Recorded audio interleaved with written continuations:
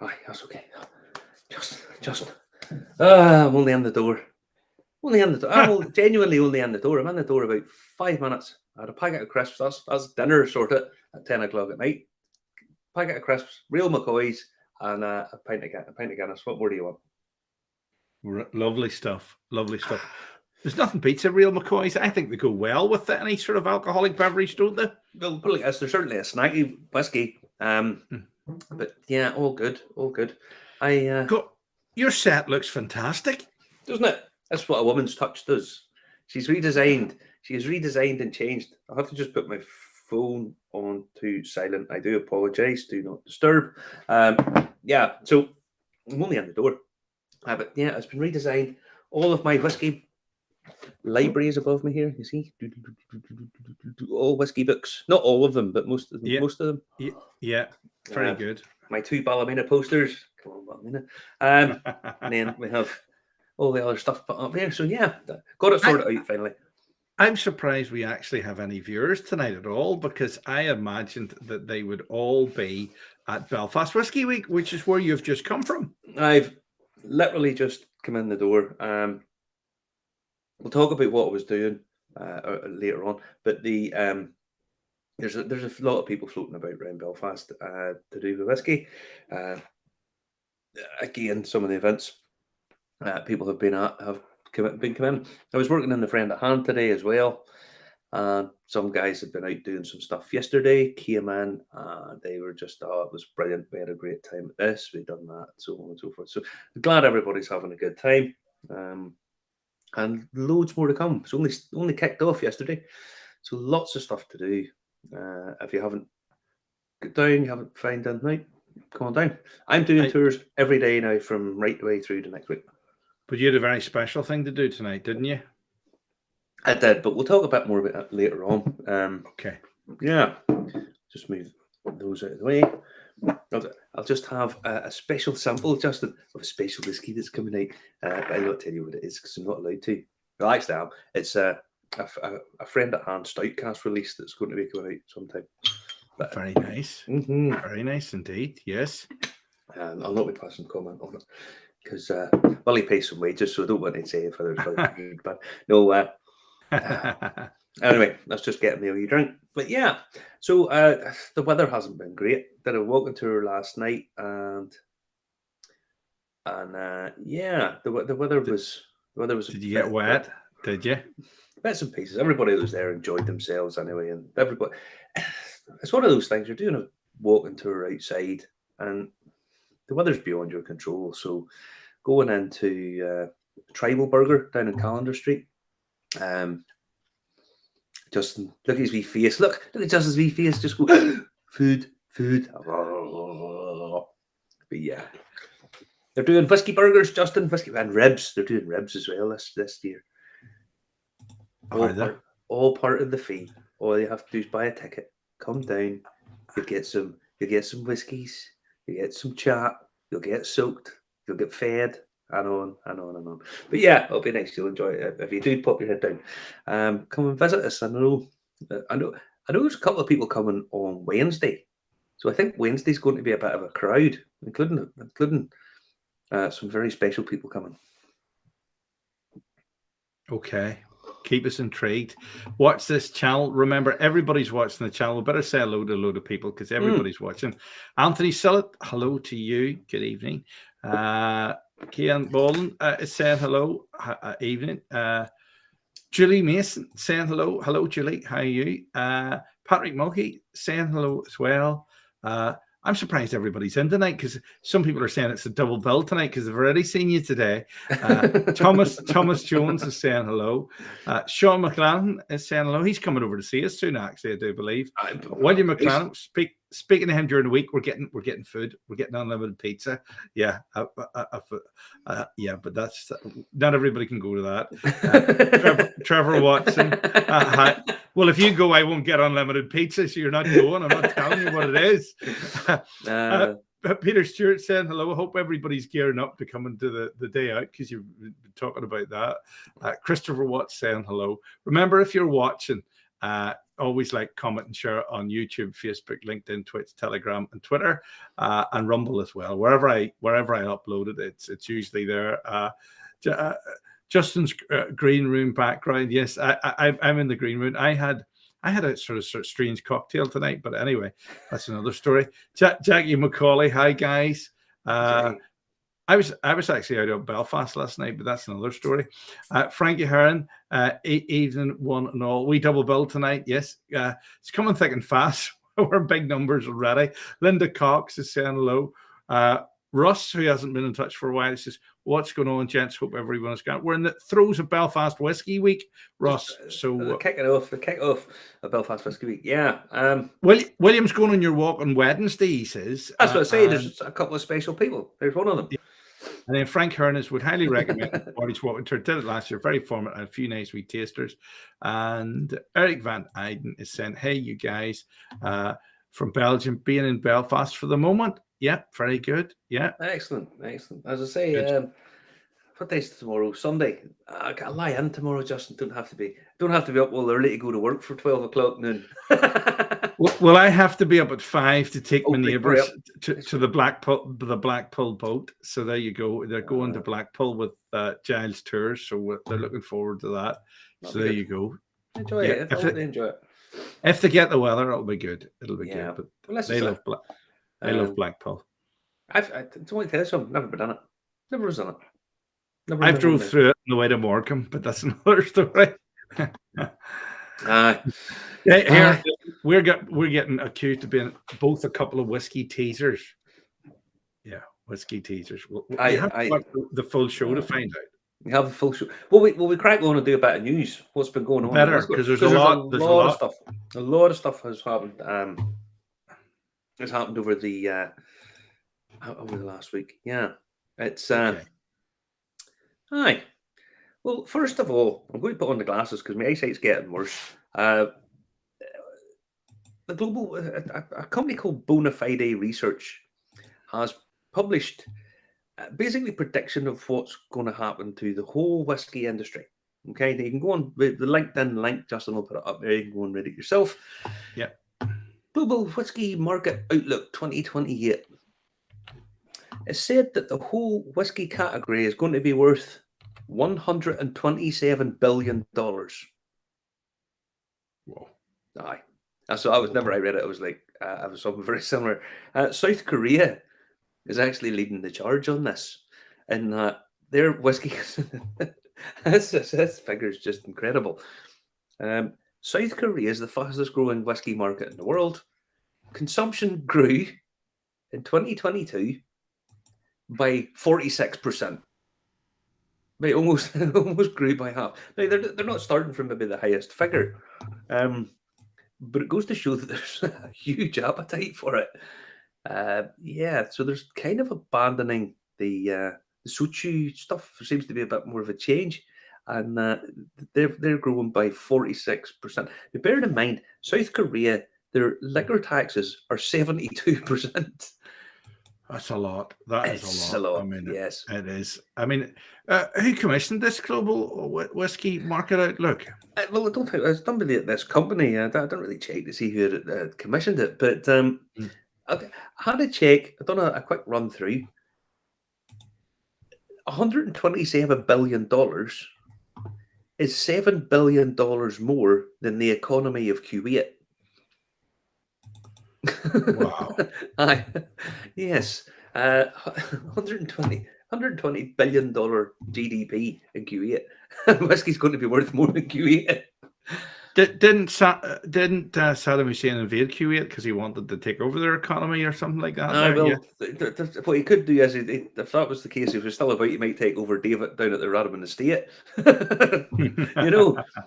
So, but yeah, even David, how are you, buddy? Huge.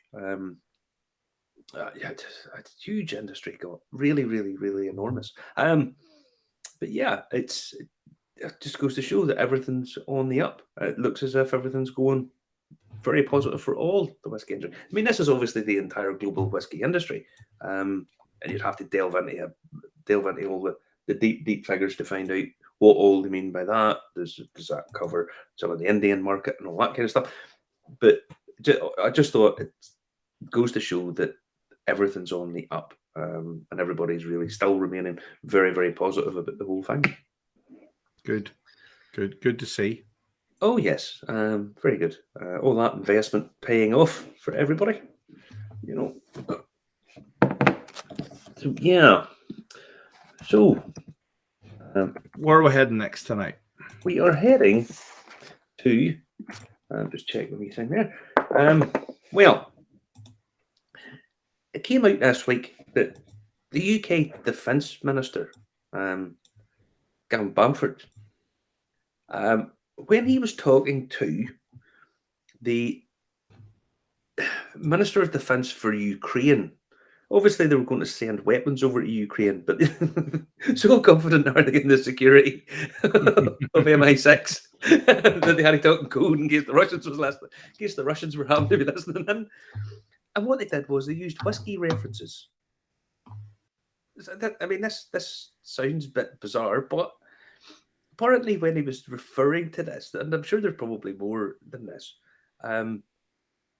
what he said was Glenfiddich related to anti-tank missiles. So he said to Oleksiy Reznikov, what he said was, I'm going to send you over some Isla. And what he meant was Harpoon anti-ship missiles. so he's told the Times. I mean, it's a bit bizarre. So Glenfiddich was anti-tank missiles. But okay, but code words. But I thought code words had to be something that, that's bizarre. So these Glenfiddich bottles, he was actually talking about these harpoon missiles instead. Aye, that's what you say. What he said was, in case the Russians happened to be listening in, what he said was, I'm going to send you over 12 cases of Glenfiddich for Christmas.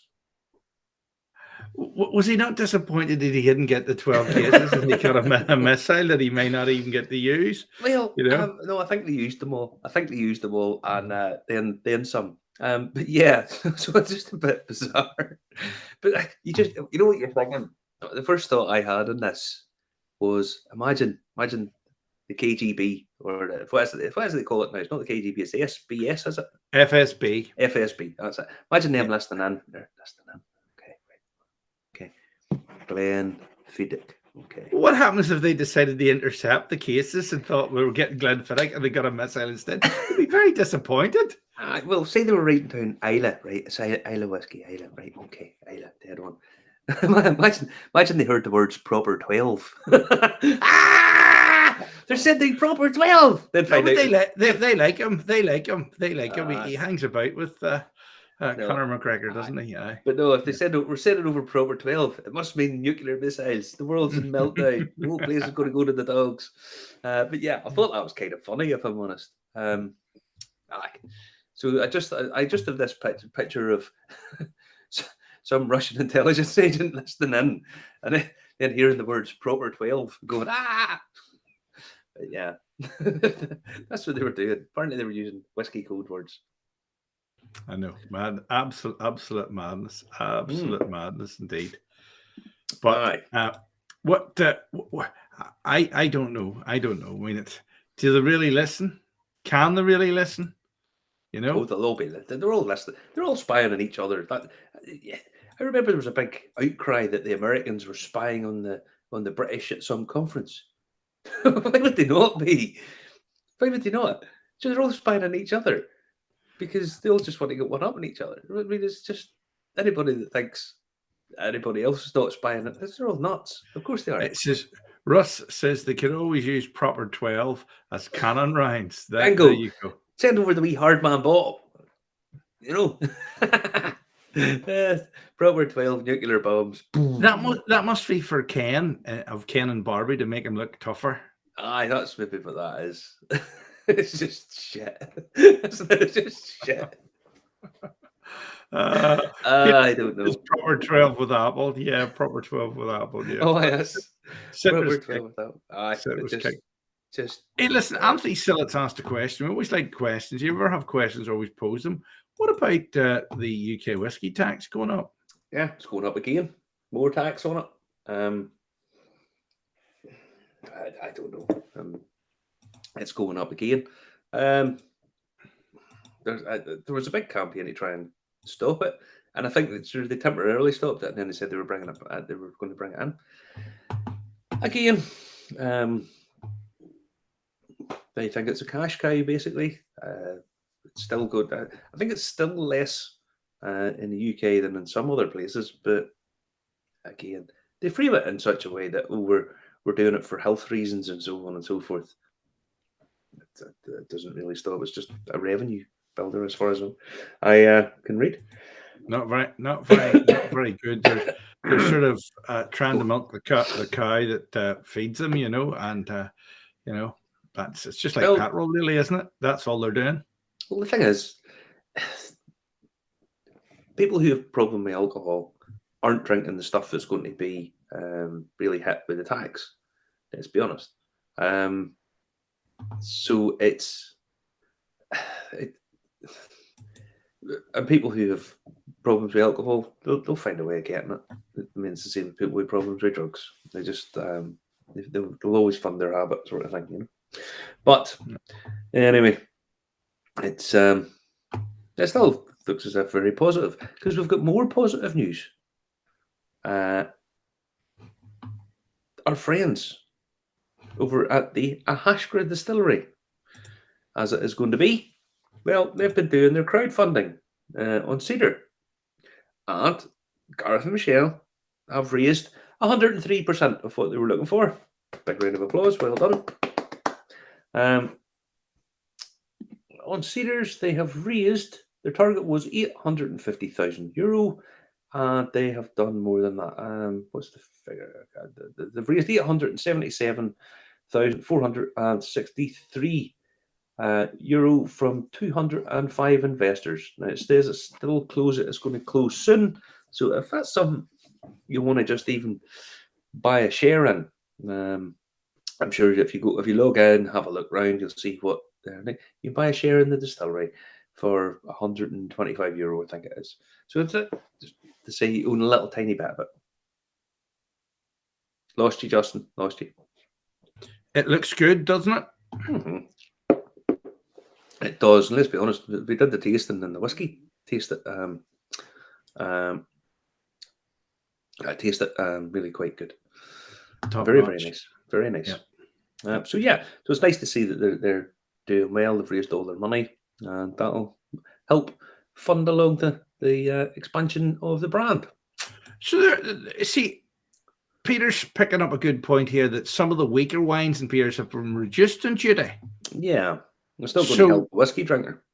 No, it doesn't. I mean, but why are they doing that? If they're trying to say it's about curtailing excessive drinking, they've made it cheaper. So, is the minimum price going to go up then so it's not going to go down? They're just going to keep it the same, basically, aren't they? That's what they're going to do. I mean, they'll dress it up with some medical something or whatever, and if you drink a reduced alcohol beer, you get it a bit cheaper. So I haven't really looked at it that much, to be honest. I actually had alcohol-free McGuigan's tonight, which was pretty tasty as a fizzy sort of wine. It was quite nice, Well, all I know is a lot of those alcohol-free things, they've come on a hell of a lot. They're a lot better than they used to be. I mean, that Guinness 0.0, when it first came out, I wasn't overly impressed by it. I thought it was a bit odd, but now I actually don't mind it. I think it's pretty cool.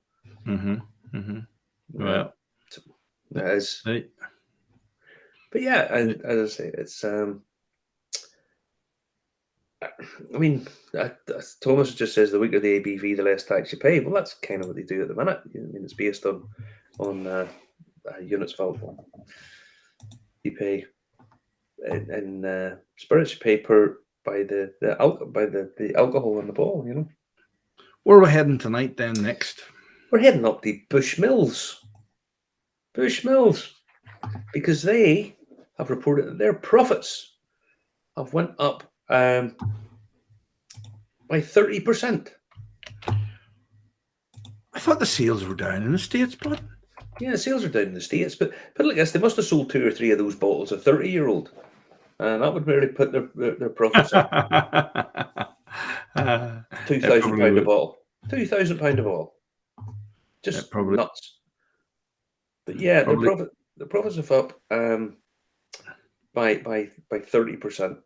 And that's nice to see, but they really need to have a look at their pricing of their bottles of stuff. It's just bizarre. It's just bizarre. A 30-year-old Bushmills. I think whoever it was at the company that thought that that was a good price to be selling it at was under the false misapprehension that the really expensive stuff people are buying it to drink. They're not. They're buying it to either flip it or buying it as investment. And neither is going to be drunk. So there's no room for any investment. It's massively overpriced to start with. So they're not going to sell that stuff. But it's nice to see the profits are up, that they're doing, that they are doing well. I know that their sales last year took a dip in the US, but everybody really wants Bushmills to do well. People in the whiskey world, anytime you ask them and you say something to them, when they do it right, they smash it out the park. It's such an amazing. It's just an amazing whiskey in many ways, but they do loads of stuff that just makes you go, "Oh, why? Well, there you go. That must be the inside of the new distillery, is it? Or is that? That's the new Yeah, that looks pretty cool. I see Frank saying here he doesn't like the new bottle shape. Yeah, I don't particularly like it all that much either. If I'm honest, I like the old one, but the problem is with the new shape, they still are making some in the old bottles. So as a brand that just looks all over the place, you've got the old traditional square bottles. Lacks And consistency, or unless they're yeah, trying to separate it into premium and ordinary, but I don't understand. I just don't get the sort of rebranding of the whole thing, and it's sort of half-arsed, and this is separating the blends from the single malts and stuff. And does anybody really care about them separating between those? It just looks disjointed. The whole brand kind of looks disjointed now. Yeah, unfortunately. But anyway, what's next tonight then? Remember to comment, like, and share if you're watching on YouTube. Hit subscribe. Hit like on Facebook. We're on LinkedIn. We're on Twitch. We're on Telegram. We're on Twitter as well. Make sure you share it to your friends and tag them as well if they're into whiskey. It always helps us help you. And hit notification as well. And then you won't miss a show. We always do Saturdays 10 p.m. But sometimes we've got specials as well. We do. Next off, I want to show a little video that I saw on YouTube.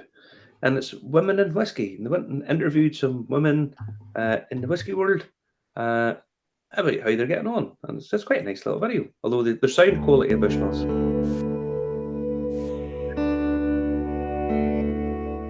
So I am the distiller of the micro distillery.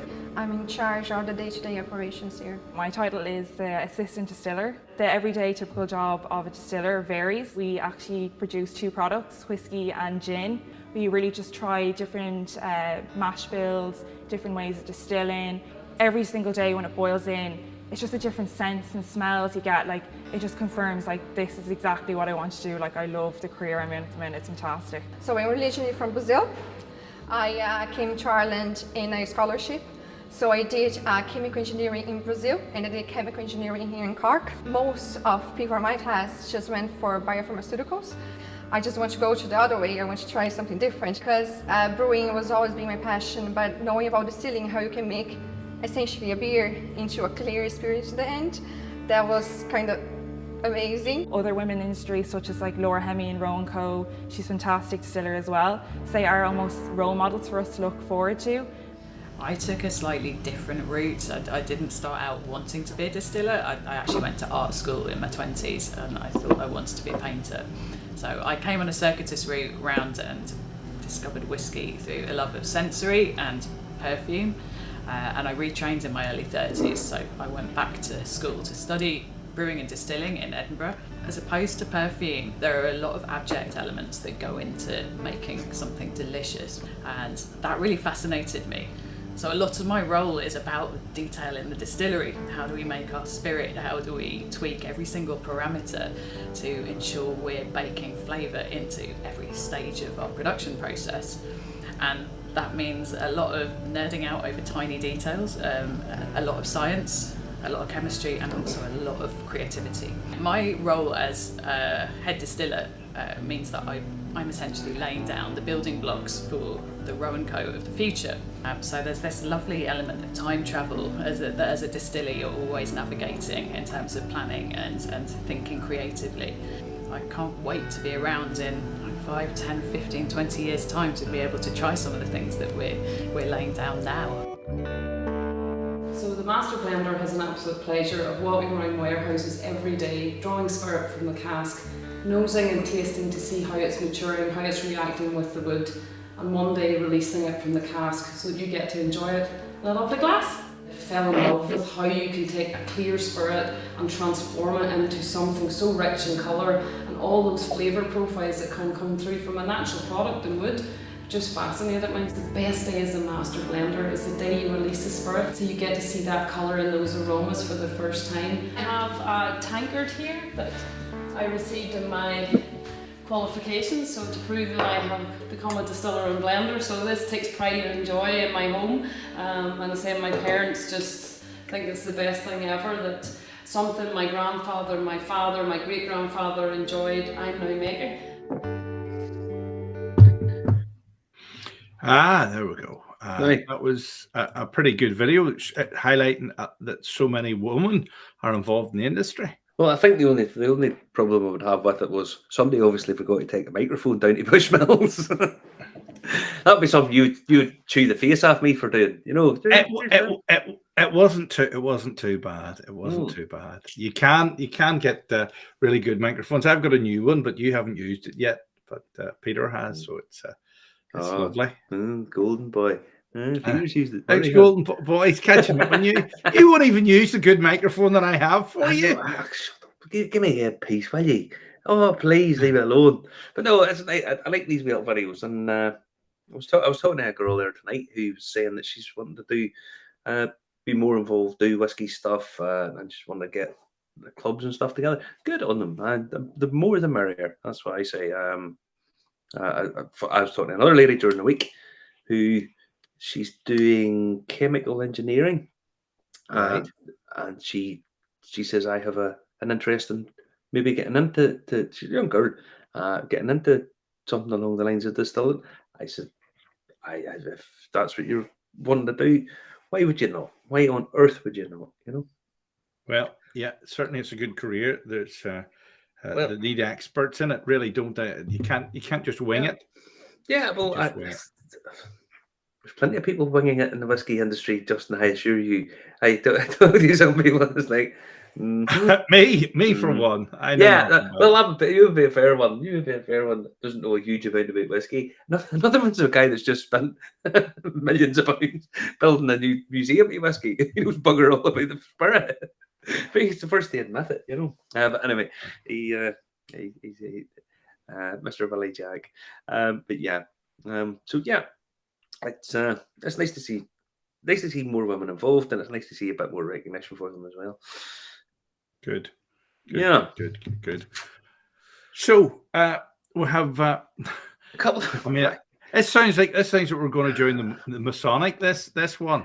Well, the thing about it is, I sort of look through stuff relating to whiskey all week, and there's stuff pops up on the thing that I'm kind of going, what?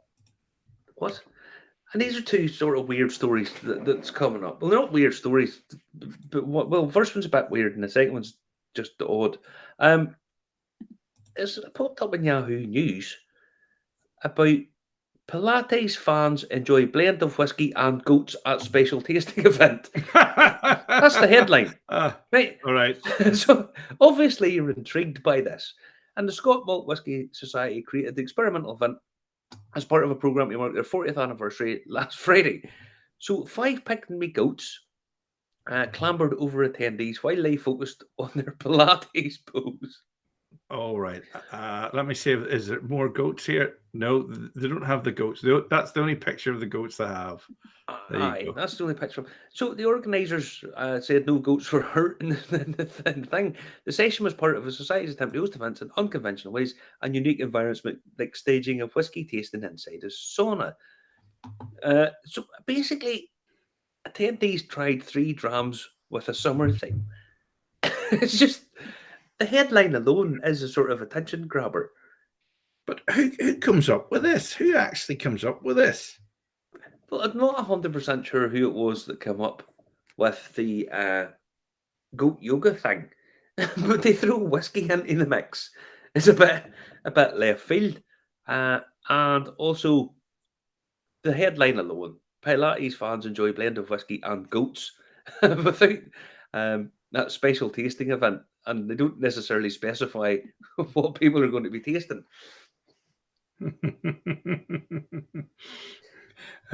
Well, I mean, how come you're allowed to do Pilates and whiskey, but you aren't allowed to do rock climbing and whiskey? Isn't it a sport too? Oh, Justin, Don't get me started. Don't get me started. you're not allowed to discuss these things. These are legal quandaries. You're not allowed to discuss.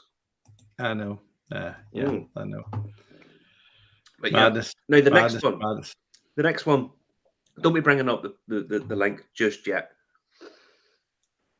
2 of my favourite things of all time come from Kentucky. Okay. Whiskey, albeit bourbon, it's not necessarily my favourite, but whiskey and the late, great Muhammad Ali came from Louisville, Kentucky. Okay. Okay. So when a headline come up for fans of bourbon and Muhammad Ali head to Louisville. Okay. So obviously that's the sort of thing that was just my eyes automatically will go to that. Boom, I'll hit a click, go to that page. And what they did was the first thing you see is a mural to Muhammad Ali. So why don't you just bring it up and just Here we go. look at the state of it. Look at it. I could draw better than that. I think there's mural artists in Belfast could do better than that. It looks nothing like him. I could do better than that, Justin. Never mind mural artists in Belfast. It's from the same. It's the famous Sonny Liston pose from the second fight they had up in Lewis in the main. It's just ridiculous, ridiculous. I was just, oh my good God, who done that? Who commissioned that? So yeah, I goes on to talk about Ali and so on and so forth. But yeah, I just thought that mural's worse than any of the ones that you would find in Belfast. You know, I think they would paint over it if it was that bad in Belfast. Aye, Yeah. aye, that is just crap. But yeah, so it flicked up, and obviously Muhammad Ali and whiskey, bourbon, whatever, attracted my attention. But just no, just didn't. Not going to work. Anyway, such is life. Great stuff. Great stuff. And we've got to say hello. There's Patrick. Bambrick. Yeah, Patrick. Yeah, one of my former travelling companions as we sailed around with a CIE tour around Scotland there. So that's basically the roundup of the news this week of what we've done. Tony said, Muslims don't drink booze. Yeah, maybe not. But as Russ points out, probably the artist got a fair skinful in him before he went up. There you go. But yeah, so not a fan of bourbon. Tried to be, but can't do the taste yet. It's sweet for people, isn't it? It's a bit sweet for people. But the thing is, it was funny. I was talking to who was I talking to today about this? I was talking to a guy today about bourbon. I said to him that there's loads of. I've tried a fair number of bourbons, not that many, but I've tried a fair number of them. The cheaper stuff's not great. If you spend a bit more on it, you can get some pretty good ones. And I tried the best bourbon I've probably ever actually had. The one that I enjoyed the most, which is not necessarily the same thing, but was a single cask Maker's Mark. I got up in Riadoso. It was delicious. Wasn't that expensive. It was like $60 or something for a single cask bourbon. It was just lovely, creamy, easy to drink. Really, really nice. Really nice. I did a review of it at the time. I was really bowled over by it. I thought it was really enjoyable. Now, there's people who tell you that the Pappy Van Winkles is the ones that you really want to be. Oh, it's amazing stuff. There's so many fakes of it. So many fakes of it about that. If you walk into a bar, it's either going to be massively expensive, at which point, okay, you might try one or whatever. But buying bottles of it these days, it's like $1,000 a bottle, and the whole market is flooded with cheap fakes. So you can actually watch your reviews on YouTube at any time Mhm. on Irish Whiskey Review on YouTube. So if you missed the show, catch up anytime during the week on Irish Whiskey Review. Remember, we're live on YouTube, LinkedIn, Twitch, Telegram, Twitter, Facebook, you name it, you can find it. Even ask Alexa or Google to play the show, and you usually get a fairly recent episode of it to listen to. usually, possibly if you're doing well, but yeah, yeah. Ross says, "Well, Pappy's way too expensive." It is, and as I say, there's so many fakes about it. It's not worth it. It's really not worth it. Yeah, but not there worth you the go. cost. There you It's go. not worth the cost There at you all. Yeah, Yeah. good stuff. Now, next up, our day out in August. I've contacted everyone that that said they were wanting to go. I must have a list. I must have 2 new people going that said to me today. Plan of action: we are going to go to the Titanic Distillery and have a look around there. Hopefully, they will be up and running by that stage. They've had so many problems, but they should be up and running by that stage. Try and see if we can get a quick chat with Damien, if we can, and see you round, do the tasting and so on. Then what we're going to do is we're going to take a walk round. It's a little bit of a walk, but it's not that far. We'll take a walk round to McHugh's. We'll go up in there. We're going to do the basic sort of package I do for food pairings in McHugh's. So this is one that I do fairly regularly for people. Then we'll go round to the Friend at Hand for a pop in there and have a little nosy in there and see the good folks in there. Now, there's some people have said to me they're not going to come up to Ballymena. That's perfectly fine, obviously. But we'll head up to Ballymena and I'll open something special. Not tell anybody what it is. Those people who aren't getting up to Ballymena, who paid the money, I'll put it in a wee miniature bottle and send it over to them. I'll give them a wee miniature bottle of it after the event because I want to. Ballymena is dead easy to get to. You know, the train, and it's like 100 meters walk to go some, and then. Yes, but some people are heading in the other direction. Okay. So what I'll do is I'll get the miniatures and I'll post them out to the people that haven't got them. But I'll open it on the night. Yes, Declan, it will be No, Declan, no. I'm going to open a bottle of Proper 12 and have Conor McGregor. I've booked a Conor McGregor impersonator to come up. He'll be carrying 2 TVs under his arm, like I see it, as he walks up. And Is it me? Is it me? No, Conor McGregor's got hair, Justin. Okay. But no, I'm gonna sit like this now, so you can't see that I've got no hair. Look at that there, like. But no, no, we'll open something. I don't want to open it before the night, so I have something picked out. So we'll get a taste of that. Trust me, the bottle I'm going to open. If you're going to buy it in a pub, it would take you back to £50 a shot. Near enough. Okay. Very near it, anyway. Good. True. Good. So it's a bit of a thank you for all the people who watch, and the guys who aren't there. I'll get it in a miniature and fire it down to them at some point. Okay, lovely stuff. Pay me by PayPal. I sent people a message. If you don't have PayPal, bank transfers or something, just send me a message and we'll get it sorted out. I know I've been messing people about. I haven't really got in contact with them, but we still have over a month to get arrangements sorted out. We do. It's all good. But yeah, that's the plan. for the night out, the day out, Saturday, Day 20th out, of day out. August. The- There you go. The first one will be the tour will be at 12:30. So if we meet down at the distillery down there for about 12:15, we'll pop our heads in.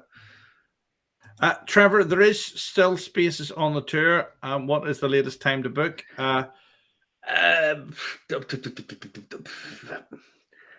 If you could let me know this week, it's just that I have the only Getting thing that food. the only thing there's really an issue with is the distillery, because those guys, the guides and stuff down there, and there's sort of limited space. There's about 20 people going roughly, maybe a few less than that, but about 20 people going. So I kind of need to let the guides know, the guys down there, just for the bookings. There you go, Trevor. Now you know. That's it. Yeah. Okay. So that is that. So you've got 5 really fabulous things to tell us about now. Well, I don't have all 5. What I'm going to do is talk a little bit. Bear with me, because I haven't left it down. I've meant to left these down, and I bloody forgot. I knew I forgot some. Give me 2 seconds. I shall be back. Play Vivaldi's 4 Seasons while I'm away.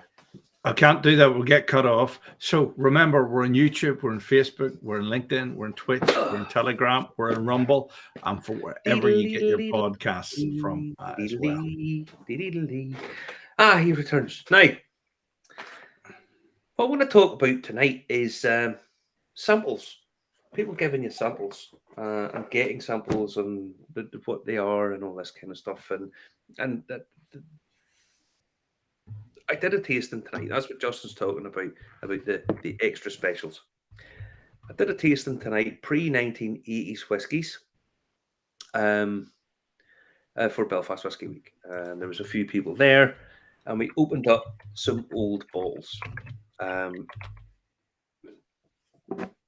This delicious 1971 Glenlossie, done by Gordon and MacPhail. So I sent Justin over a picture of it. Now, I only have a little sample. That's only one. Are we doing it in order, are we? Yeah, No, we're not they're not in any order. They're not in any order. Okay. As such. The Glenlossie, 1971. So there's one up there. It's there, and some of the stuff that's here isn't necessarily in on the tasting that I done earlier on. I just wanted to send them over to Justin. The miniatures. I get quite a lot of miniatures, and they're a fantastic way of just sharing stuff with your friends, sharing stuff with. Is that it? No. Okay. Justin, you'll not be able to see. You'll not be able to see it. Is that it? Nope. Nope. Yes, that's it. Oh, it is Connoisseur's Choice. There we go. Connoisseur's Choice. There we go. So this is what I'm tasting now. Now, some of these bottles are not that expensive, but it's nice to get miniatures. But miniatures are sample bottles that you take off bottles. They give you a taste, but they're not the same as doing a full bottle where you get the experience over a period of time. In this bottle, this is 50 years in the making, 52 years in the making, really. But they are fantastic to be able to share and say, I've tasted these. That's as old as me, that whiskey. Actually, it's probably another 3 years older than me, isn't it? But when were you born, Justin? Aye. So this is a 1971 vintage, just as bit old as the 1971 vintage. But tonight was a bit special with the bottles that were opened. I'll not tell you exactly. Just some of them. It was a big ticket price. But I've lifted a couple of samples of those. I managed to get a couple of samples of some other stuff there recently as well. You brought up tonight, I had to get this. It's just it's sort of a talk about samples and a talk about some of the stuff I've done today. We picked up Severance. You brought it up there in a picture, Justin. That's the Yes. one. Yeah. I had never heard of this. This is a 1961 bottle of Severance Scotch type whiskey from Yugoslavia. So we sample here, brought it home with me. Yeah, Yugoslavian whiskey's not that well known or necessarily all that well regarded. It's just a bizarre bottle to have. But again, the fact I have this little miniature, I'll bring it home. I can sit and enjoy it and have a bit of a play about with it and say I tasted it. 1961, Yugoslavia under Marshal Tito. The 60s were strange times all over the world, but they were making a Scotch type whiskey. That's what it's described as. And it's a bull logo on it too. That's Yeah. interesting. It's a weird bottle because nobody seems to know anything about this. But the front label was in English and the back label was in Slavic. I can't remember. And I hate saying this because I can't remember all the Yugoslav nations, the different languages and so on. But yeah, it's just a very, very, very strange thing, you know. But again, it's nice. You pick up little samples of these. Again, share with your mates and so on and so forth. That's unusual stuff. Usual stuff. Are they doing this again in Belfast Whiskey Week? Or is that it over? No, that's it. There's loads of these, loads of the events. Go onto the website. As I say, every day, 6 o'clock between now and next week, we are doing the tours. Right. But yeah, there's another one at Powers. This, when they said they were opening it up, that's Gilbey's. That's actually a bottle of Gilbey's from the 1950s of very best Canadian whiskey. Wow. We didn't know. I mean, it basically looks like a redbreast bottle. It does, yeah. Yeah, because the same guys were doing it. And Gilbey's actually had a distillery. They opened their own distillery in Alberta, in Canada. That was a bit special too. Is it still on the go? Is it Gilbey's? Yeah, in Canada? In Canada, but I don't know whether I would imagine they're not. No, the distilleries don't. Sean McLennan will or maybe know that because he's in Canada. Is that yuck to the Yugoslavian or yuck to the Gilbeys? Yeah, you need to let us know. That Canadian one was pretty nice actually. I just had a tiny little sip because I had to drive home, just enough to wet my lips. But the Gilbey's was quite nice, very pleasant. The Yugoslavian one was the Yugoslavian one is a bit. It's better than I thought it was going to be. Okay. If someone had told me what communist dictatorship whiskey, this I might not have been overly bold over to start with. Maybe it was stuff that the KGB intercepted previously. Well, you see, it could have been smuggled out under threat that if you do not serve us the light harpoon missiles, we will send you Proper 12 by Conor McGregor. But no, the Canadian whiskey was actually quite pleasant. The Yugoslav one, yeah, it was better than I had sort of anticipated or hoped. The last one was the one that sort of. Oh, we'll have to do the powers, but we never really.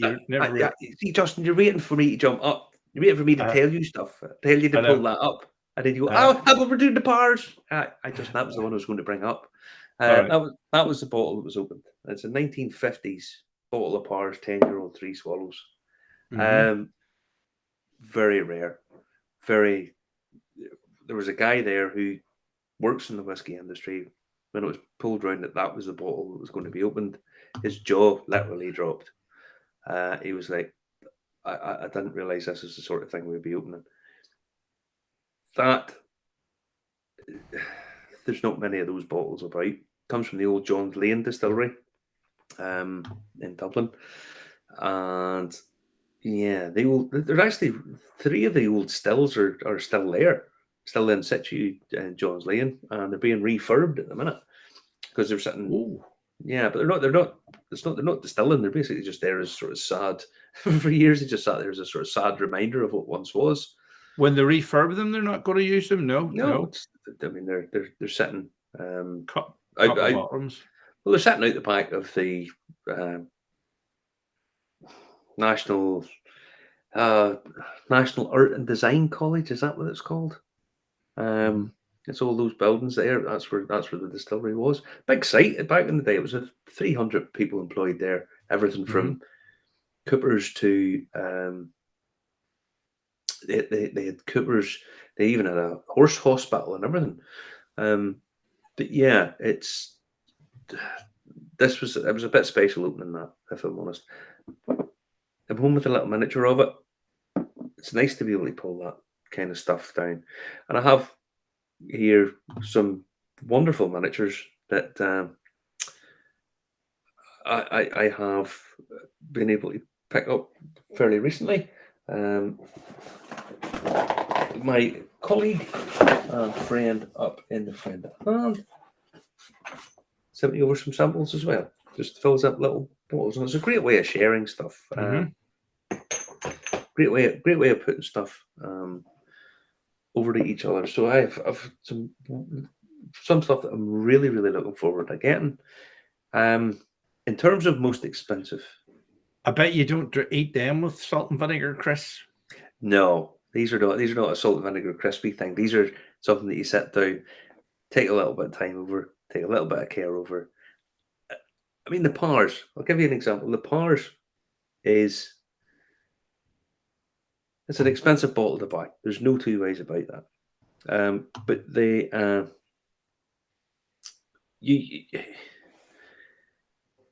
when it was released, it wasn't an expensive bottle. This was just sort of okay. Everyday drink, was it? Yeah. You probably would have had a bit more than the sort of bottom of the barely subsisting working class guy probably wasn't buying this. It was probably somebody with a level of income. But these were never meant to be special bottles. But they are extremely rare, probably, but because of that, people just drink them, and so it comes all the way through here. That was bottled in the 1950s. So, the guy who ploughed the field with the barley that went into that probably done it with a horse. It's just it's an amazing. There's Lurkin Dunn saying you should be out walking in that weather. Yeah, we'll walk in it tomorrow. Don't be saying that, Lurkin. We'll have to do it tomorrow, buddy. Yeah, but do I have one more bottle to talk about, do we? Well, no, that was. I don't have a miniature of this, but I did that earlier on. That was one of the ones we did as well. That was quite tasty. Tastes nothing like a modern Faircairn. That's maybe why it says old Faircairn. But yeah, the Glenlossie, that's what's in this glass. And it's really tasty. Most people won't have heard of Glenlossie because they don't bottle stuff themselves. They send it over to. They send those over. I tell you, the in-jokes are good. I had a steak today anyway. I'm not worried. Not worried. Anthony sent me a link for a 42-ounce steak for, was it £14 or something? And I says, "Oh, Justin would love those." Where I can get them sent any country in the world. I can get the steak delivered and dispatched. There you go. There's Lorca Dunn saying they're amazing bottles. Yes, they look like amazing bottles. Well, there was a little strange one. It was supposed to be a Jameson from the 1960s. It wasn't a bottle of Jamesons from the 1960s, but I wasn't 100% sure of the age of it. But managed to clip a wee miniature. because whenever it came out, I was like, that's not a 1960s bottle of Jameson. But I didn't want to make myself look like a dick, because it sort of billed it that it was a 1960. Right. It was actually this one. This is a 1940s bottle of Jameson. There's not many of those about. So this is a 1940s Jameson that was at the tasting tonight. Now, the tasting was a big ticket price, and I hate to. Everybody knows I don't like particularly doing this where I'm saying, "Oh, look what I'm drinking," and isn't it amazing? It's just a bit special when you open some of these old bottles, because I like the romance of the whole thing. That that has been sitting on a shelf somewhere. Nobody's touched it, left it alone, for the best part of a century. The guy, you imagine the guy who distilled this, the guy who planted the barley, produced this. Probably their grandkids are probably dead. These guys, the guys who produced this, might have been born in the 19th century. It's just, and other than buildings and sort of permanent structures, what other things do you have that tangible link to people in the past?